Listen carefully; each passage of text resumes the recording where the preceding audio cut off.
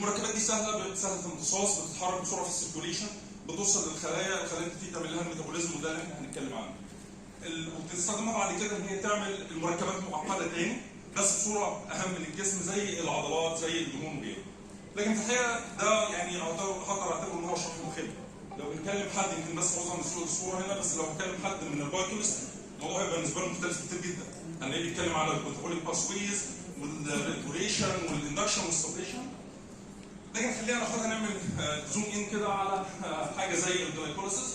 دي واحده من اهم العمليات اللي بتحصل في الجسم، العمليات البيوكيماويه طبعا، وهي على اساسها بيتحول استخدام الجلوكوز اللي بيمتص دي ان هو بيطلع باور. فاحنا عارفين ان لو في جلوكوز يحصل شويه خطوات كده ما بنشغلش بالنا كتير بيها، بيروح للبايوفيت وبايوفيت بيروح للتي سي اف.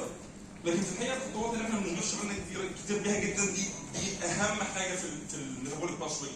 دي هي اللي بتتحكم في الميتابوليك باسوي، اللي هي بتتحكم في الريت بتاع الميتابوليك باسوي، بتتحكم في الدايركشن، بتتحكم في الاوت بتاع الميتابوليك باسوي. وهي دي الميتابولايتس اللي احنا هنتكلم عليها. طيب الميتابولايتس دي الحاجات الفلوس دي مصدرها ايه؟ مصدرها ثلاث حاجات. اول حاجه مصدرها الجينوم، وفي الاساس فيها طبعا يعني زمايلنا اللي بيشتغلوا على الدي ان اي، الدي ان اي بيترجم لام ار ان اي، بيروح للبروتين وبنقف لحد كده. بس في الحقيقه بعد البروتين بتيجي خطوه الميتابولايتس، ودي اللي احنا هنتكلم عليها. فده مصدر طبيعي داخل الجسم اندوجينس، لكن في مصادر اكسوجينس منها الميكروبيوم اللي احنا كنا لسه سامعين عنه كلام دلوقتي، واحد من اهم المصادر اللي بتطلع ميتابولايتس الجسم ما يقدرش يصنعها، لكن الميكروبس عندها الاليه انها تقدر تصنعها وتديها للجسم، والجسم من غيرها يعاني كتير جدا من المشاكل الصحيه والبرفورمانس بتاعه يبقى فيه مشكله. حاجه ثانيه الانفايرمنت، مصدر مهم جدا. ولما بنتكلم عن الانفايرمنت بنتكلم عن الانفايرمنت بشكل واسع، بنتكلم عن التغذيه، بنتكلم عن السموم الفطريه، بنتكلم عن الاضافات العلفيه، المركبات الغريبه الثانيه زي البستسايدز. علمونا زمان برضه ان الكائن ايه كان بيتقسم لحاجتين، بيتقسم للجينوتايب ودي الجينات، بيتقسم للفينوتايب لون الشعر، لون العين، لون الجلد. لكن في الحقيقه الموضوع ده اتغير كتير. الفينوتايب ما بقاش هو الشكل المظهري الخارجي اللي احنا بنقدر نشوفه بكل سهوله. الميتابولايتس الشكل المظهري ده مبني على بليونز من الميتابولايتس اللي موجوده، وعلشان كده دلوقتي بيصنفوا الفينوتيبك افكت ليه ميتابوليك افكت وبروتوميك افكت على البروتين، لكن انا هركز على الميتابوليك افكت. طيب خلينا نعمل كده نلعب لعبه بسيطه كده سريعه. احنا عندنا في الدي ان اي زمايلنا شغالين في الدي ان اي، عندنا كم حرف في الدي ان اي؟ 4 صح؟ بيدوني كام جين في الانسان؟ كام جين في الانسان اي رقم؟ 20000. طيب الجين دي لما تترجم للبروتين عندي كام امينو اسيد؟ تقريبا 20. بيطلعوا كام بروتين؟ فوق النص مليون، 620,000 بروتين. لو هنتكلم عن الميتابولايتس عندنا كام كيميكال كومبوننت للميتابولايتس؟ 300. بيطلعوا كام ميتابولايت؟ مليون. فاحنا بنتكلم قصاد كل جين عند حضرتك في 50 ميتابولايت بيطلعوا بيأثروا في الفينوتيب بتاعك. وعشان الكميه الكبيره دي طبعا العقل البشري يعني بحد ذاته ما يقدرش ان هو يهندلها، ابتدت ان هي يحصل استابلشمنت لكتير من الداتا بيز اللي بتتناول الميتابولايتس دي، وابتدت تتقسم كمان جواها، ابتدى يبقى في داتا بيز مخصوصه للانسان، للحشرات، للحيوانات، لليست. ابتدى كمان تتقسم على حسب نوع العينه اللي انت بتستخدمها، هل بتستخدم ميلك، هل بتستخدم يورين، هل بتستخدم بلاد. كل دي مجموعه من الميتابولايتس فيري سبيسيفيك ويل كونزرفد، بتتاثر كمان بالانفايرمنت. ايه اهميه الميتابولايتس اللي احنا بنتكلم عليها دي كلها؟ قعدنا فوق 100 سنه بنستخدمها ان هي فيول، مصدر للانرجي اللي موجوده في الجسم، لكن في الحقيقه ده مش هو الشغل الاساسيه. بتقدر تعمل مئات من الوظائف داخل الجسم، من اهمها سيجنال مولكيولز دي اللي بتتحكم في الميتابوليك باسوي اللي هتطلع لك النتيجه اللي انت عاوزها وتشتغل بالريت اللي انت محتاجه. بتشتغل نيو ديريت، بتشتغل على البي سيلز والتي سيلز، بتشتغل على النيت والادابتيف اميونيتي، الاندوجينس توكسنز جزء منها طبعا، الانفيرمنتال سنسورز زي اللي بتحس بالحراره بالبروده، هل عندك ضغط ولا ما عندكش؟ وعشان كده المليونز من الميتابولايتس اللي احنا بنتكلم عليها دي هي الماسنجرز، دي هي الرسل اللي بتتحكم او ان هي بتوصل الاعضاء بتاعت حضرتك ببعضها. دي المسجز اللي يقدر المعده تبعتها للرئه، المعده تبعتها للمخ، المخ يبعتها للكليه. واحنا دلوقتي بنتكلم على ثوره الاكسس، الجات برين اكسس، الجات لانج اكسس، الجات كيدني اكسس. فالمسؤول عنها الخط الاساسي هي الميتابولايتس. علشان طيب احنا بنتكلم دلوقتي عرفنا ايه ميتابولايتس، مركبات ثانويه ناتجه من عمليه التمثيل الغذائي ومهمه جدا للتمثيل الغذائي. طب ايه هو تعريف الميتابولوم؟ بكل بساطه هم مجموعه الميتابولايتس دي. لما اخدهم كلهم على بعض ده كده ده انا اللفظ ده اقدر اسميه ميتابولوم ان انا بشتغل عليه. وده سواء كان جاي من خليه، جاي من اورجن، جاي من انسان، من كائن كامل، جاي من لبن، جاي من يورين، على حسب اختلاف نوع العينه نفسها. المصطلح الثالث المهم الميتابولومكس. عرفنا الميتابولايتس، عرفنا الميتابولوم. ايه هو الميتابولومكس؟ ميتابولومكس؟ الميتابولومكس ببساطه ان انا بستخدم النيو ادفانسمنتس في الاناليتيك كيمستري، الناس شغالين في الكيمياء التحليليه، ان هم قدروا ان هم يوصلوا بطرق معينه من التحليل والاجهزه تقدر ان هي تعمل ديتكشن وكوانتيفيكيشن للمليونز من الميتابولايتس اللي احنا بنتكلم عليهم. بنتكلم على حاجه زي LC-MS، GC-MS والNMR. انا مش هدخل في تفاصيلهم كتير، لكن انا بس بدي حضراتكم هنت كده عن القصه دي. طيب ليه موضوع الميتابولون دلوقتي ثوره؟ بسبب بسيط جدا، لان هو ده الحلقه الوسيطه اللي ما بين البيئه بتاعت حضرتك والاوتبوت اللي احنا بنتكلم عليه. خلينا نقول سبيسيفيك واتكلم على الحيوان. الميتابولايت اللي موجود في الحيوان ده بيتاثر بكل حاجه بتعرضها الحيوان: تغذيه، حراره، مانجمنت، ظروف برودكشن، السلاله بتاعت الحيوان، معاملتك للحيوان، وفي الاخر بيديني الصحه، بيديني انتاج، بيديني جوده انتاج، بيديني تناسليات، بيديني مناعه. فكل دي هي الناتج النهائي من الميتابولايتس اللي احنا بنتكلم عليها. وعشان كده دلوقتي غير البصمه الجينيه اللي احنا قعدنا فتره يمكن 10 او 20 سنه فاتت نتكلم عليها، دلوقتي في بصمه ميتابولومكس، ان انا لو عملت حاجه للكائن ده بتعلم في الميتابولايتس بتاعته وبتفضل فتره طويله وبتاثر، لها تاثيرات شورت تيرم وتاثيرات لونج تيرم.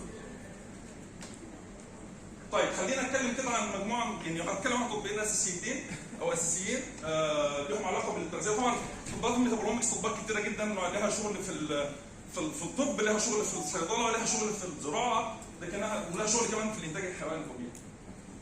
طيب لو اي خلال ال 20 سنه او 25 سنه اللي فاتوا اي حد اتولد في الفتره دي في اوروبا وامريكا ولحد دلوقتي لازم من كعب البيبي اول ما يتولد يتاخد نقطه دم، ونقطه الدم دي تتحط على ورقه كده يتعلم عليها 5 نقط وتتباعت في رساله وشكرا على كده.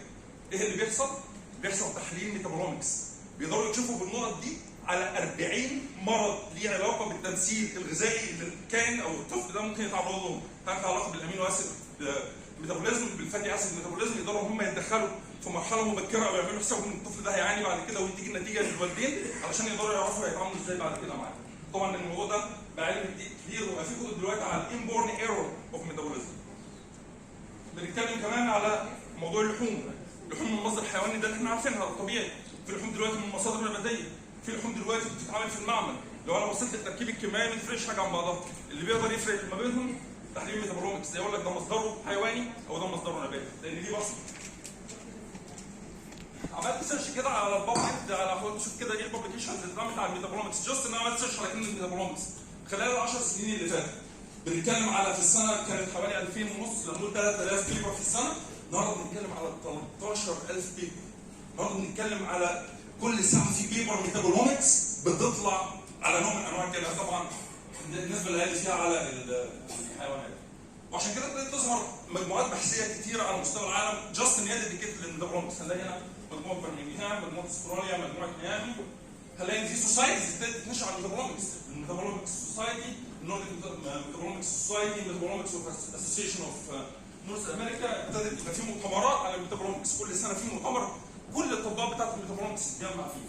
بقى في كتب عن الميتابولومكس، ازاي اعمل دراسه عن الميتابولومكس، ازاي اعمل تحليل للميتابولومكس، ازاي ان انا افهم الميتابولومكس بتاعت النباتات، بتاعت الحشرات، بتاعت الميكروبات، وتطبيقاتها على التغذيه، ازاي ان انا استخدمها في التغذيه. وابتدت تطلع برانشز جديده في التغذيه، ابتدينا نسمع حاجه اسمها الفودومكس، ابتدينا نسمع حاجه اسمها النيوتريومكس. كل دي تطبيقات مهمه جدا في مجال التغذيه.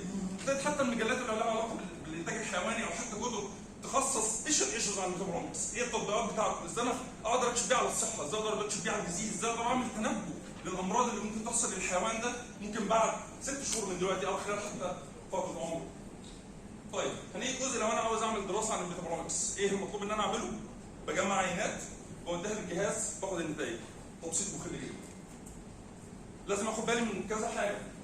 من الحاجات اللي عاملها اكسبيرمنتال ديزاين محتاج عدد. احنا بنتكلم على القناه بتاخد من العينه يعني دلوقتي حاليا لو بعت عينه بالجهاز LC-MS بتاخد فوق ال 15000 ميتابولايت في عينه، بتحلل 15000 بارامتر. لا دلوقتي لو حد بيعمل عينه دم وعمل تحليل لصوره دم وطلع مثلا 15 بارامتر بتبقى حاجه كبيره جدا بالنسبه لنا. نوع العينات ايه اللي بسحبها؟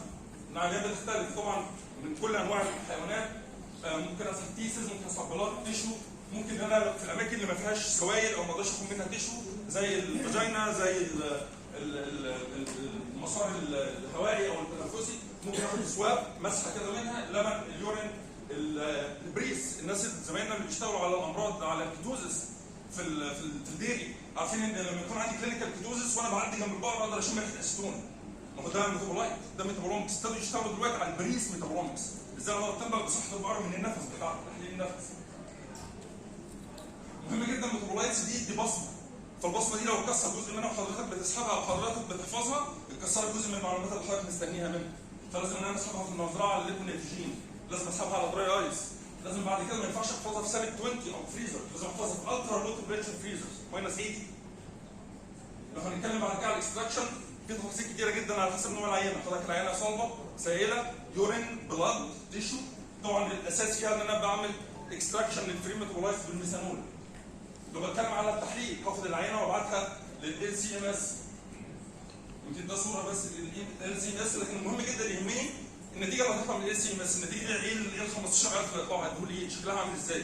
بيبقى في حضرتك اكسل شيت كده، ده يعني دي تجربه حقيقيه دي، او ده يعني دي نتائج حقيقيه. لو حضرتك بصيت في الاخر كده هتلاقي التجربه دي تقريبا فيها 17000. كده اشتغلت على يمكن 10 دراسات من الميتابولومكس. على حسب الليفر ممكن تلاقي فيه 20، السواب ممكن توصل ل 10 ب 20000، السواب ممكن توصل ل 10000 ميتابولايتس. فطبعا دي العينات، كل عينه 1 2 3، ودي ارقام الميتابولايتس او الايدنتيفيكيشن بتاع الميتابولايتس اللي حضرتك بتدور عليها وبتعمل لها تحليل احصاء. ما ينفعش ان انا احللها لينير ستاتستكس، طرق الاحصاء بسيطه او حتى معقده بالنسبه لنا ان احنا نشتغل بيها، مش دي العامل اللي احنا نقدر نتحكم فيه ونطلع النتائج. انت بتشتغل على 15000 بارامتر. ازاي تقدر تعرف اذا كان المجموعه اللي حضرتك عملتها دي، مجموعه الحيوانات دي فارقه عن التريتمنت، فارقه عن الكنترول ولا مش فارقه؟ فلازم اروح للبايوانفورماتكس. البايوانفورماتكس هتعمل ايه؟ هتعمل لي كليننج للداتا، هتشيل النويز اللي في الداتا، الحاجات اللي فيها من الميتابولايتس اللي فيها مشاكل هتشيلها لي، هتنضف لي الداتا، هقدر اعمل كلاسترنج، هعرف الحيوانات. السؤال رقم واحد هو المجموعه التريتمنت اللي انا عملتها دي بالنسبه للكنترول فرقت ولا ما فرقتش؟ طب ايه اللي فرق؟ طب العائد بتاعه ايه؟ هيفيدني ازاي ان انا افسر النتائج بتاعت الاوتبوت، زياده في انتاج اللبن، تحسن في جوده اللحم. دي بس مجموعه من الدراسات اللي احنا نشرناها، حضرتك تقدروا ترجعوا ليها. يمكن انا الجزء ده بس هسترح يعني هاخد بس صوره واحده من النتائج. من اهم الصور او الصوره رقم واحده اللي بتلاقيها في اي بيبر عن الميتابولومكس الصوره دي. الصوره دي بتجاوب على سؤال ايه هو التريتمنت فرقت عن الكنترول ولا لا؟ ببساطه جدا عندي شكل ده حاجه اسمها بي ال اس دي اي. ده بيقدر انت حضرتك المجموعتين بتوع كل حيوان بيتعلم بنقطه، 15000 بارامتر بيتعلموا بنقطه. المجموعه الخضراء والمجموعه الحمراء، كل ما المجموعتين انفصلوا عن بعض يبقى حضرتك في سيجنفكنت افكت حضرتك عملت فيه يعني مش هدخل في تفاصيل اكتر من كده، لكن التطبيقات بتاعته على اللارج طبعا في شغل كتير جدا على الدواجن، شغل على السمك، ودي ريفيو ارتكل وتشابترز حضرتك تقدروا ترجعوها وخلصنا فيها كل الابديتس اللي موجوده بخصوص الميتابولومكس وعلاقتها بالنيوتريشن. وكده احنا بنقدر نوفر الكلام ده في المركز القومي للبحوث. قدرنا الحمد لله لاول مره في الشرق الاوسط نعمل استابلشمنت للبروتوكول بتاع ال سي ام اس في المركز القومي للبحوث. نتكلم عن عينه لحد ما يعني فتره شركه ب 1000 جنيه، فرق 15000 بارامتر. الميزه حضرتك تقدر تبني على التحليل ده بيبر كامله للنشر، طبعا بيبقى فيها تفاصيل كتير جدا. في الاخر الميتابولومكس مهم، حلقه بسيطه هتحسن لنا كتير جدا من النتائج وتطبيقات في المستقبل، تطبيقات رهيبه. شكرا جزيلا لحضراتكم.